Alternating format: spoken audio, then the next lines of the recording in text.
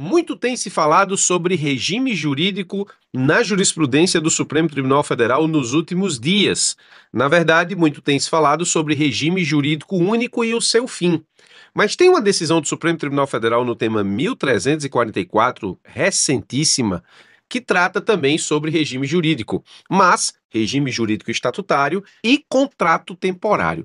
Presta atenção, porque essa decisão do Supremo no tema 1344, ela a um só tempo trata do regime jurídico estatutário e o relacionamento que ele tem com a contratação temporária e lança luzes sobre o que o Supremo pensa acerca da compatibilidade, da comunicabilidade entre regimes jurídicos. E aqui a gente já pode, de alguma forma, antever o que o Supremo vai dizer sobre a possibilidade de comunicação entre regime estatutário e regime seletista com o fim do regime jurídico único. Presta bastante atenção, porque essa decisão diz mais do que ela de fato diz para o caso apresentado. Nós vamos estudar direito administrativo, vamos estudar servidor público, vamos estudar contrato temporário, vamos estudar princípio da isonomia e vamos estudar uma parte da Constituição que trata dos direitos sociais e a comunicabilidade desses direitos sociais em dois regimes jurídicos. Bom, como de praxe aqui no canal, a gente vai analisar a partir de um enunciado, que pode muito bem estar na tua próxima prova de procuradoria. Então, acompanha comigo aqui o seguinte.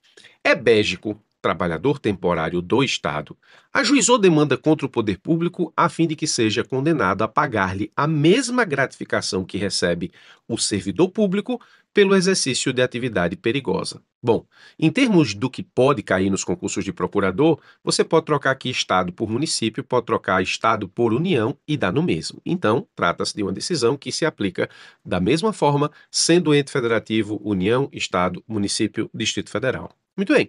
Ebégico quer receber a mesma gratificação, sendo ele trabalhador temporário, que o servidor público do Estado recebe. E aí, ele explica que é médico contratado de forma temporária pelo Estado e que labora na mesma localidade dos médicos servidores públicos. Contudo, para os médicos servidores públicos, o Estado paga a gratificação de risco de vida, que é decorrente do que entende o Estado ser atividade perigosa nos termos da lei.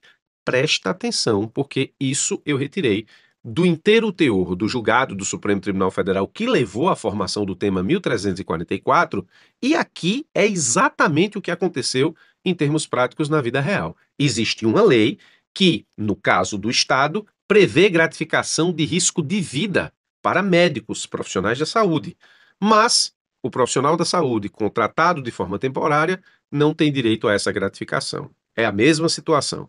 Ebégico, contudo, nada recebe a esse título, mesmo desenvolvendo suas atividades no mesmo lugar que os médicos servidores públicos recebem.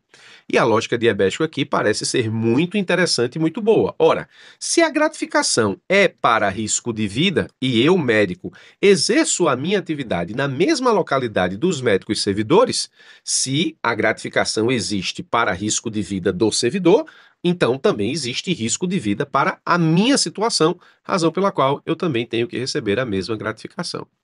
O enunciado da tua prova pode dizer assim: proceda a análise, à luz da jurisprudência, do pedido de Ebégico. Muito bem, aqui é um enunciado. Pode estar na tua próxima prova de procurador. De novo, você que já me acompanha aqui do canal há muito tempo sabe qual é o pedido agora, né? Se você aqui é novo, entenda o pedido. Pare tudo e resolva exatamente o que está sendo questionado sem nenhuma ajuda, só com o que você construiu de conhecimento jurídico até agora, porque essa é a melhor forma de você aprender esse conteúdo. A melhor forma de aprender neurocientificamente um conteúdo é quebrar a cabeça sobre ele. Então eu te convido agora a quebrar a cabeça sobre esse conteúdo, sobre esse questionamento.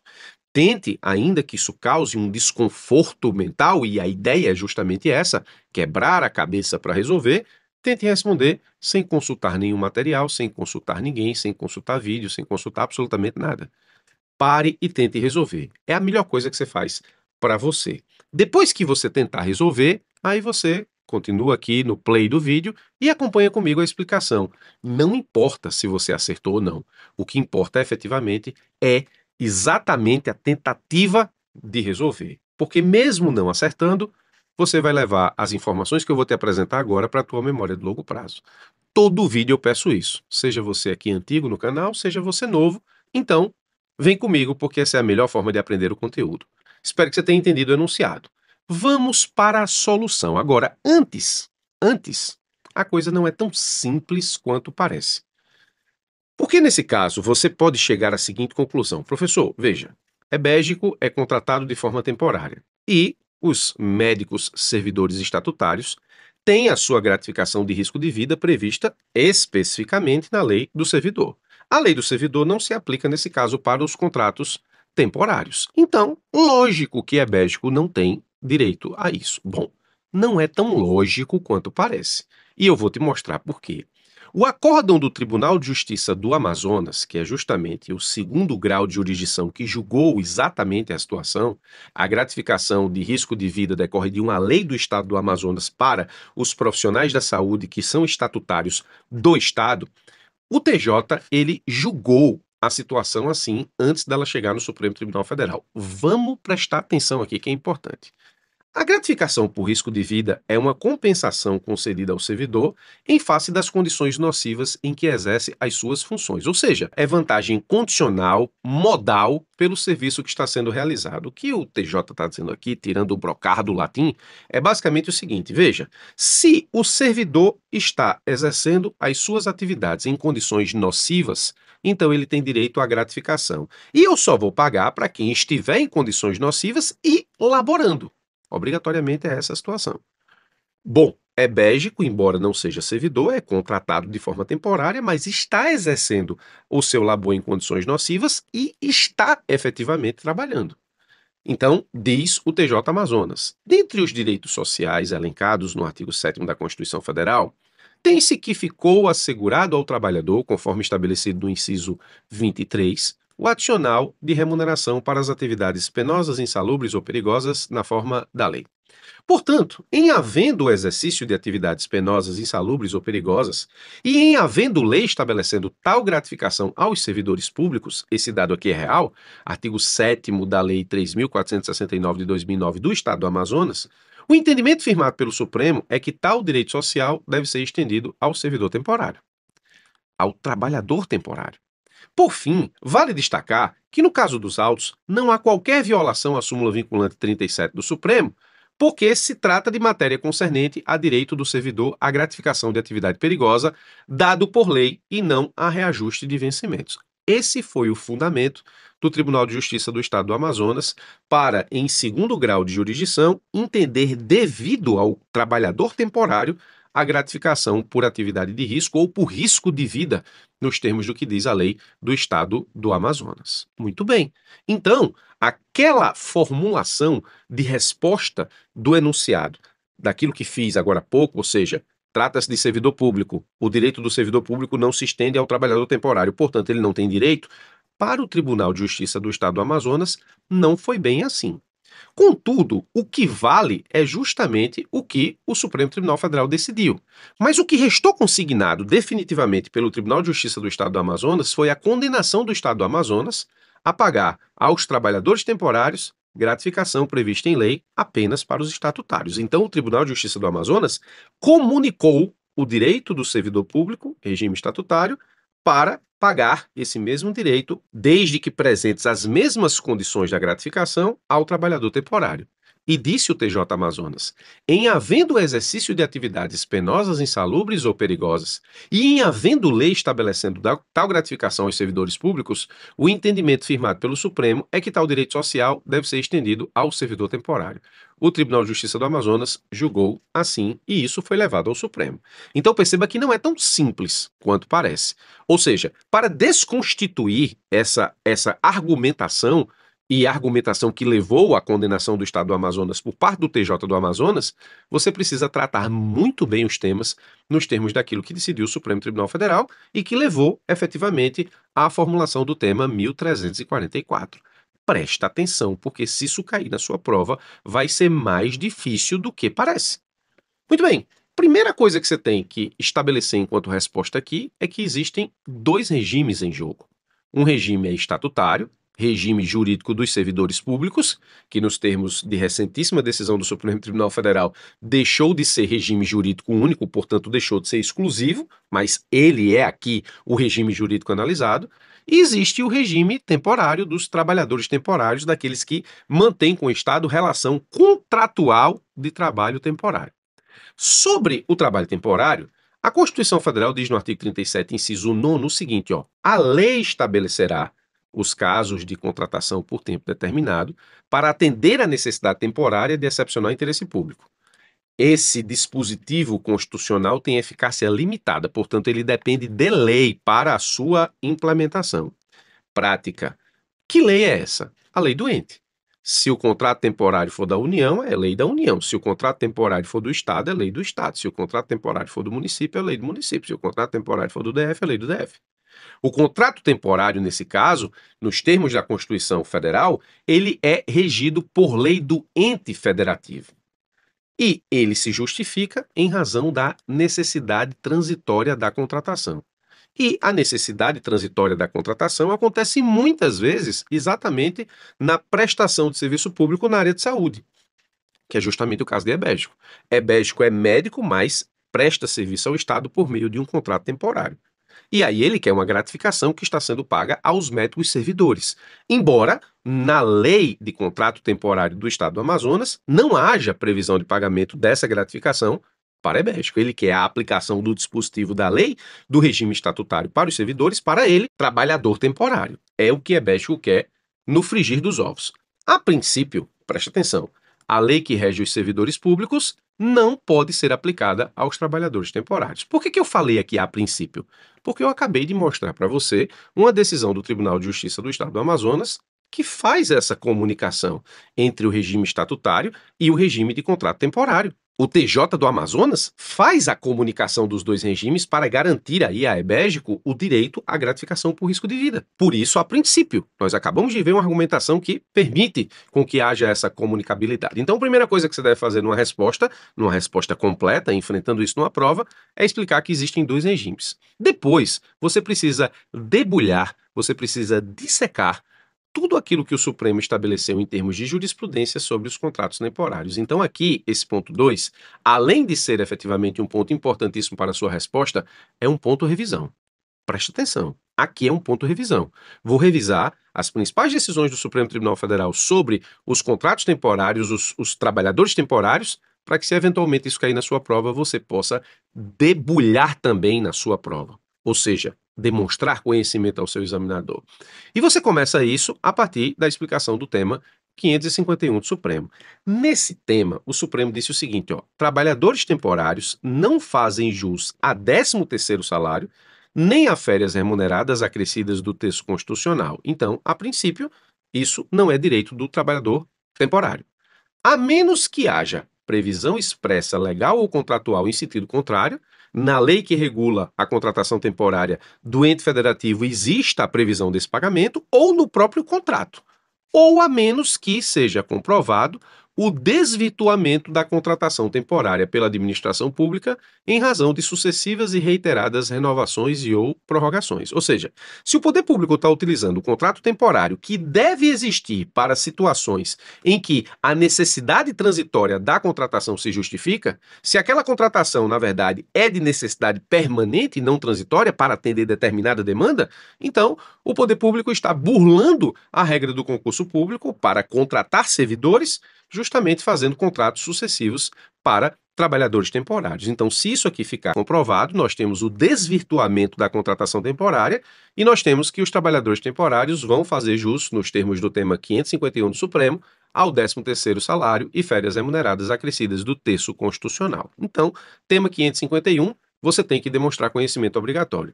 Depois você tem que dizer que o Supremo Tribunal Federal confere autonomia do ente federativo no momento em que ele vai efetivar na prática a lei que rege o contrato temporário dele. O Supremo disse no recurso extraordinário 1.066.677 o seguinte: a norma constante do artigo 37, inciso 9 da Constituição Federal, acabamos de ver lá em cima, de eficácia limitada, remete ao legislador ordinário o estabelecimento dos casos de contratação por prazo determinado, garantindo-se a autonomia dos entes federados para legislar sobre a matéria.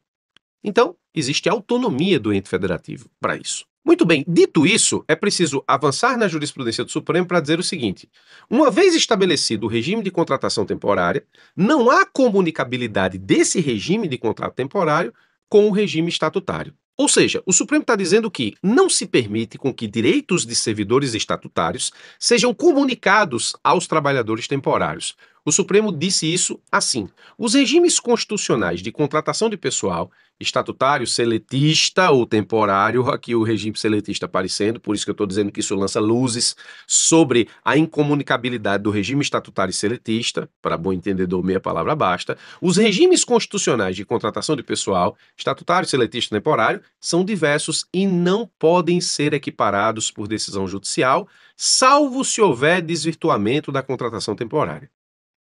O Supremo, nesse caso, ele diz isso de uma forma mais direta no tema 916, quando diz o seguinte, ó: a contratação por tempo determinado para atendimento de necessidade temporária de excepcional interesse público, realizada em desconformidade com os preceitos do artigo 37, inciso 9 da Constituição, não gera quaisquer efeitos jurídicos válidos em relação aos servidores contratados, com exceção do direito à percepção dos salários referentes ao período trabalhado e, nos termos do artigo 19-A da Lei 8.036, ao levantamento dos depósitos efetuados no Fundo de Garantia por Tempo de Serviço FGTS. Então, presta atenção. O Supremo está dizendo o seguinte: é tão incomunicável o regime de servidor público seletista com, nesse caso, o regime de contrato temporário, que mesmo que a administração pública desvirtue a contratação temporária, eu não vou gerar nenhum efeito jurídico válido para os servidores contratados de forma temporária, com exceção do pagamento de salário e do levantamento do FGTS. Você precisa entender o tema 916 junto com aquilo que a gente acabou de entender no tema 551, que é o pagamento também de 13º salário e férias remuneradas acrescidas do texto constitucional. Então, são esses os efeitos para quando a administração desvirtua a contratação temporária. Mas não há uma comunicabilidade entre desvirtuado o contrato temporário, então essas pessoas contratadas de forma temporária e a administração mal utilizando a contratação temporária, todas se transformam em servidores para efeitos legais de pagamento de benefícios, gratificações, indenizações? Não, não é o que o Supremo disse no tema 916. Ou seja, existe uma incomunicabilidade dos regimes, ainda que desvirtuado o contrato temporário.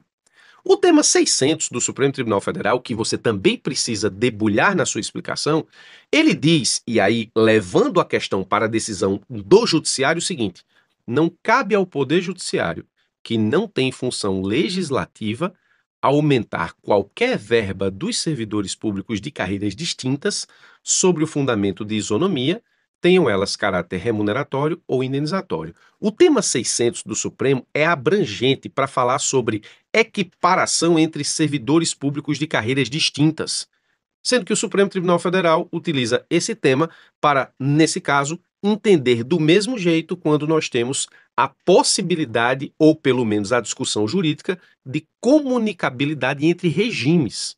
Aqui ele está falando sobre servidores públicos de carreiras distintas. Em tese, todo mundo estatutário. Mas o Supremo aproveita esse entendimento para dizer também, por isso, não há a possibilidade do Poder Judiciário comunicar direito de servidores públicos a trabalhadores temporários.